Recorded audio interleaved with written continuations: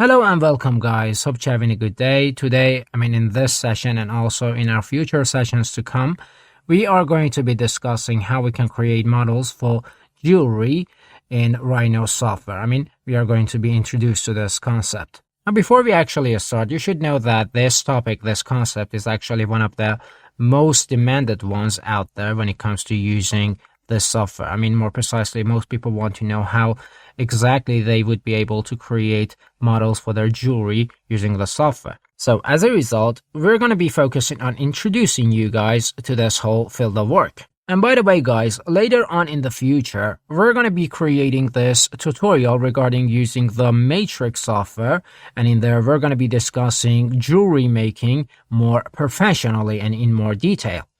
For now though, or actually up until then, we are only going to be focused on some, you can say introductory points regarding jewelry making in this software, in Rhino.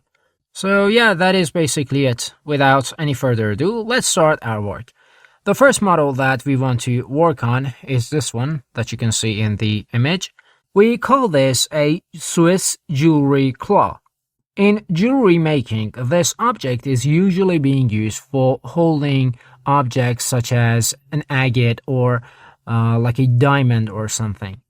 And now what we are going to do here is, let me just check something real quick. Yeah, we are basically going to start our work with a simple example or a model, and then we're going to work our way up to more complex ones.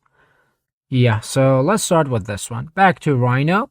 In one of the views, we need to create a section for ourselves to start our work. By the way, guys, before we move on any further in our course, the models on which we are going to work in this mini tutorial, in this mini course, are, you can say quite common models in this field of work. They are quite useful when it comes to, jewelry making. So this is why we have chosen these models to work with in this tutorial, because you actually need them if you want to become completely predominant in jewelry making field. All right, let us start working on our first model, which, as I said, would be this one that you can see in the image. Back to the software, to Rhino, I'm going to select a polyline.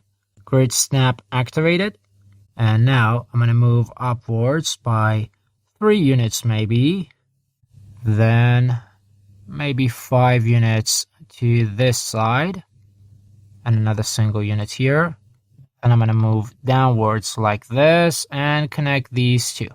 Alright, this would be the preliminary section that we needed. Now I'm going to use the extrude curve command on both sides to volumize our section like this. Okay, now from extrude, I'm going to go ahead and activate solid. More specifically, I'm going to set it on yes. There we go. Then the next command that I need here would be array polar here.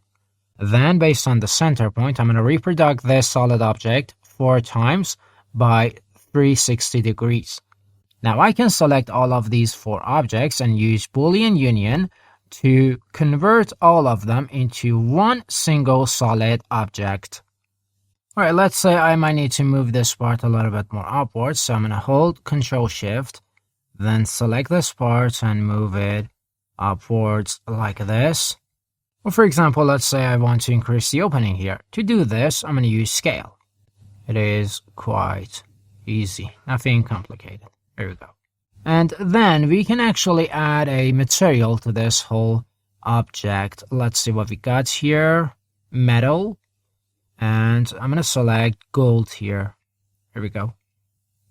And this would be the primary model of our object here. And you know what? This is basically it. This would be the first model or the first practice of this entire mini course.